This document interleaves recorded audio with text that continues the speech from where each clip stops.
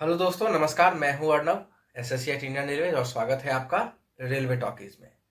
तो friends, last night ही RRB section controller का रिजल्ट आउट हो चुका है और जिनका सिलेक्शन हुआ है उनको बहुत बहुत कॉन्ग्रेचुलेशंस। और जिनका रह गया है तो बिल्कुल भी मन छोटा करने की ज़रूरत नहीं है और बहुत सारी वैकेंसीज, बहुत सारी अपॉर्चुनिटीज ऑन द वे हैं। आप आगे की तैयारी में लगे रहिए, मन छोटा बिल्कुल मत कीजिए दोस्तों।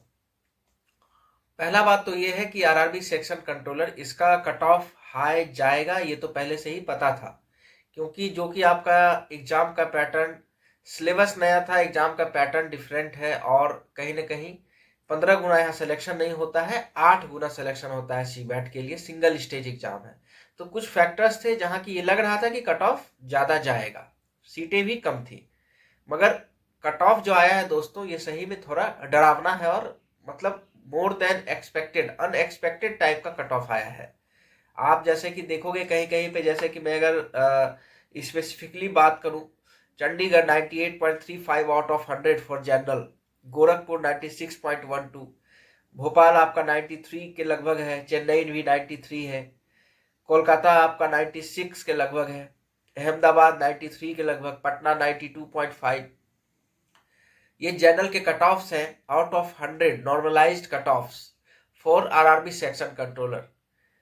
तो बात यह है कि यहाँ पे दो चीज़ों पे चर्चा होगी। एक तो कट ऑफ का एब्रप्ट इतना ज़्यादा आया, क्यों आया और क्या रीजन हो सकते हैं, और दूसरा है कि आपका जो कि आरआरबी जेई, क्योंकि दोस्तों RRB JE, RRB section controller जो कि एक्चुअली वैकेंसी 2024 वाली थी, और आरआरबी एएलपी, आरआरबी एएलपी 2025 की वैकेंसी वाली, आरआरबी जेई 2025 वाली, और आरआरबी सेक्शन कंट्रोलर 2024 की वैकेंसी है। ये तीनों एग्जाम्स आपके फरवरी एंड मार्च में 2026 में कंडक्ट कराए गए थे, जिसमें कि सेक्शन कंट्रोलर और एएलपी पहले हुआ था, पहले सेक्शन कंट्रोलर और फिर एएलपी। फरवरी में ही कंप्लीट हो गया था एग्जाम इसका, और आपका जेई का फरवरी से लेके मार्च तक खींचा था। तो अब बात यह है कि अब ये जो रिजल्ट पब्लिश हो गया आरआरबी सेक्टर सेक्शन कंट्रोलर का, तो जेई का रिजल्ट जो है कहीं ना कहीं बहुत नजदीक है। और जैसा कि मैंने पिछली वीडियो में ही आपको बताया था कि विद इन 15th ऑफ में आप एक्सपेक्ट कर सकते हो आरआरबी जेई का रिजल्ट, तो ये चीज और पुख्ता हो गया है। 15th के अंदर आप जरूर एक्सपेक्ट कर सकते हो, कुछ ही दिनों में आपका रिजल्ट पब्लिश हो सकता है। अब बात ये रह गई कि एएलपी का एग्जाम पहले हुआ था जेई से, तो क्या पहले एएलपी का आएगा? हो सकता है, that may be a possibility कि आपको 1-2 दिन में, 4 दिन में पहले एएलपी का है, फिर 2-4 दिन में आपको जेई का भी रिजल्ट पब्लिश हो जाएगा। क्योंकि जब रिजल्ट आने शुरू होते हैं कहीं ना कहीं 2-3 एग्जाम्स जो कि एक डेट के अंतराल में हुए हैं, उनका रिजल्ट कहीं ना कहीं कंप्लीट हो जाता है, बन के तैयार रहता है, बस पब्लिश होने के लिए अपलोड होता है। तो ये चीजें अपलोडिंग में अगर होंगी तो आपको फटाफट दोनों ही रिजल्ट देखने को मिलेंगे। अगर आपने एएलपी और जेई दोनों ही भरा है, तो अगर आपका दोनों में ही सिलेक्शन होने का चांस है, तो आप तैयारी में लगे रहिए, तैयारी में ढिलाई मत कीजिए। अब बात रही कि क्या आरआरबी जेई का सीबीटी 1 का कट ऑफ इसी रेंज में जा सकता है, ऐसा ही डरावना आ सकता है? तो मैं ये डायरेक्टली आरआरबी सेक्शन कंट्रोलर और आरआरबी जेई का कट ऑफ को कंपेयर नहीं करूंगा। इसलिए नहीं करूंगा दोस्तों कि दोनों ही एग्जाम्स बिल्कुल ही अलग है। पहली बात तो ये कि आरआरबी जेई 2 स्टेज का एग्जाम है, उसके बाद आपका मेडिकल डीवी होता है, दैट इज अनदर थिंग। क्योंकि जेई में पहले आपका 15 गुना सिलेक्शन होता है सीबीटी 2 में जाने के लिए, फिर सीबीटी 2 से 1 टाइम्स, सिंगल टाइम सिलेक्शन होगा, जितने बच्चे का वैकेंसी है उतना ही सेलेक्ट होके जाएंगे डीवी मेडिकल में। फिर वो अलग बात है कि कुछ वेटिंग, मतलब कि टेम्पोररी वेटिंग वाले जो है, जो कि एकदम कट ऑफ पे है, तो वो कोई मेडिकल में अगर छटता है, डीवी में छटता है, तो उसको तुरंत ले लिया जाएगा। मगर कोई वेटिंग लिस्ट नहीं जारी होगी, बस वहां पे कॉन्करेंट वैकेंसी में ही उनको एडजस्ट कर दिया जाता है। अब बात रही आपकी आरआरबी सेक्शन कंट्रोलर की, तो ये सिंगल स्टेज एग्जाम है। यहाँ पे बस एक सीबैट होगा आपका एक एग्जाम के बाद, वो 8 गुना बच्चे जाएंगे सीबैट में। और देखिए 96 ला के कोई बच्चा जा रहा है, फिर भी वहां पे 7 बच्चे छट जाएंगे, 8 में से एक ही बच्चा फिर फाइनली सेलेक्ट होगा।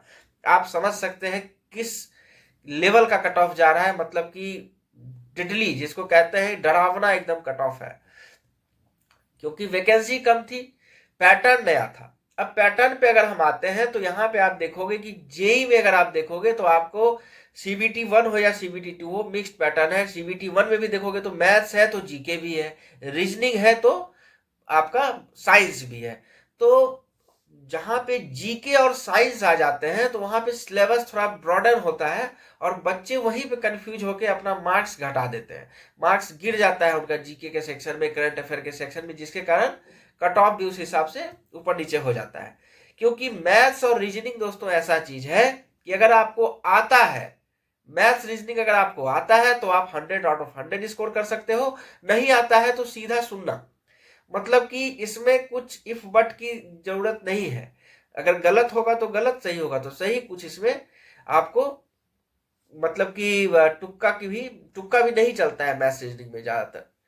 तो यहाँ तो आपका जो आरआरबी सेक्शन कंट्रोलर का एग्जाम है, पूरा ही एग्जाम 100 नंबर का एग्जाम है, 120 मिनट आपको दिया जाता है और इसमें मैथ्स और रीजनिंग ही की है। Maths and reasoning are the keys, जिसमें रीजनिंग में एक पार्ट आपका कॉम्प्रिहेंशन का भी जोड़ा गया है, जो कि कहीं ना कहीं जो बच्चे बैंकिंग की तैयारी कर रहे थे उनके लिए ये चीज इजी हुआ होगा अगर वो एग्जाम दिए होंगे। मगर ये बात आपको मानना पड़ेगा कि कंपटीशन का लेवल जो है, अब आप कंसीडर अगर करोगे 14 2014 15 19 18 वाला, तो अब नहीं रहा है। 2024 का जो लास्ट एग्जाम हुआ है उससे भी जो एग्जाम सब हो रहे हैं, कंपटीशन लेवल मतलब कट थ्रोट लेवल का हो गया है दोस्तों। आप सोचो कि बच्चों ने किस लेवल का मेहनत किया होगा कि कट ऑफ 4 नंबर का अंतर है आपके मैक्सिमम मार्क्स से, 100 में 96 95 नंबर कट ऑफ जा रहा है। तो मतलब बच्चों ने वो स्कोर किया है, उतना स्कोर किया है, तभी तो उनका सिलेक्शन हुआ है। तो कहीं ना कहीं मैथ्स और रीजनिंग ही था, जीके जीएस का पार्ट इसमें नहीं था। तो निगेटिव मार्किंग उनका नहीं हुआ होगा जिनको मैथ्स रीजनिंग पे कमांड है। मैथ्स रीजनिंग पे कमांड जिनका है तो उन्होंने पूरा स्कोर किया होगा, 100 आउट ऑफ 100 वाली बात हो जाती है कि आता है तो पूरा, नहीं तो नहीं। और जिनको नहीं आता है तो उनका मार्क्स कटा ही कटा होगा। दूसरी बात ये रही आपकी। और अब जो है वैकेंसी की बात करें तो वैकेंसी में तो चलो कम से कम आपका जेई की जो वैकेंसी है, फॉर्म भी उस हिसाब से गिरे हैं, मगर वैकेंसी आरआरबी सेक्शन कंट्रोल से ज्यादा है।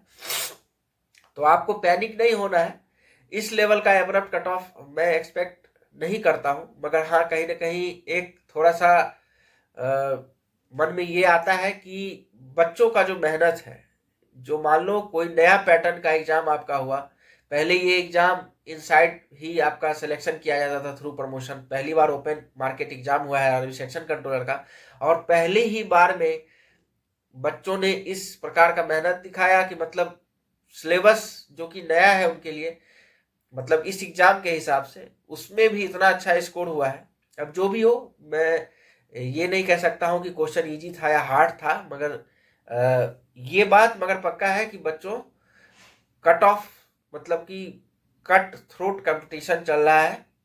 ये बोलना अब बहुत ही ज्यादा मुश्किल है कि भाई कट ऑफ कम ही जाएगा या ज्यादा ही जाएगा, क्या है कि स्कोर ही इस प्रकार का कर रहे हैं बच्चे कि आपका कट ऑफ बहुत ही हाई लेवल का जाना स्टार्ट हुआ है। फिर भी जो भी आपका जिनका आरआरबी सेक्शन कंट्रोलर में सिलेक्शन हुआ है, तो आपका 24 May is the expected date for CBAT. तो आप उसके लिए लगे रहिए, क्योंकि उसमें भी आपका जो डिफरेंट बैटरीज हैं, मेमोरी परसेप्शन है, डेप्थ परसेप्शन, मेमोरी टेस्ट है, आपका स्कैनिंग ऑफ पैटर्न से, बहुत टाइप के टेस्ट होते हैं जो कि सिमिलर है जो असिस्टेंट स्टेशन मास्टर का एनटीपीसी के थ्रू होता है, उसी के ऐसा होगा। इसमें भी आपको जो बैटरीज है उसका टी स्कोर है, कट ऑफ है, उतना आपको लाना पड़ेगा मिनिमम। कट ऑफ तो आप देख ही रहे हो, मिनिमम का बात ही छोड़ दो, आपको अच्छा स्कोर करना पड़ेगा सीबैट में, क्योंकि वहां भी 8 में से आपको एक बच्चे का ही सिलेक्शन होगा, 7 बच्चे छट जाएंगे। और जो जेई का एग्जाम के लिए प्रिपेयर कर रहे हैं, सीबीटी 1 दिए हुए हैं, उनका सिलेक्शन हो रहा है, उनके हिसाब से अच्छा मार्क्स आ रहा है।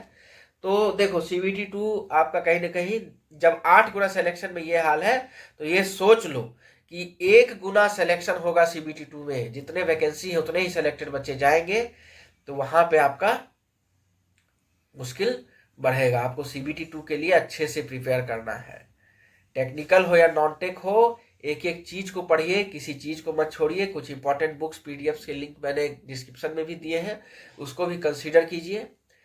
और खास करके पीवाईक्यू को बहुत अच्छे से करके जाइए, ज्यादा से ज्यादा ऑब्जेक्टिव क्वेश्चन लगा के जाइए दोस्तों। तो चलिए फिर किसी नेक्स्ट गाइडेंस वीडियो में मिलेंगे आपके साथ, तब तक के लिए धन्यवाद।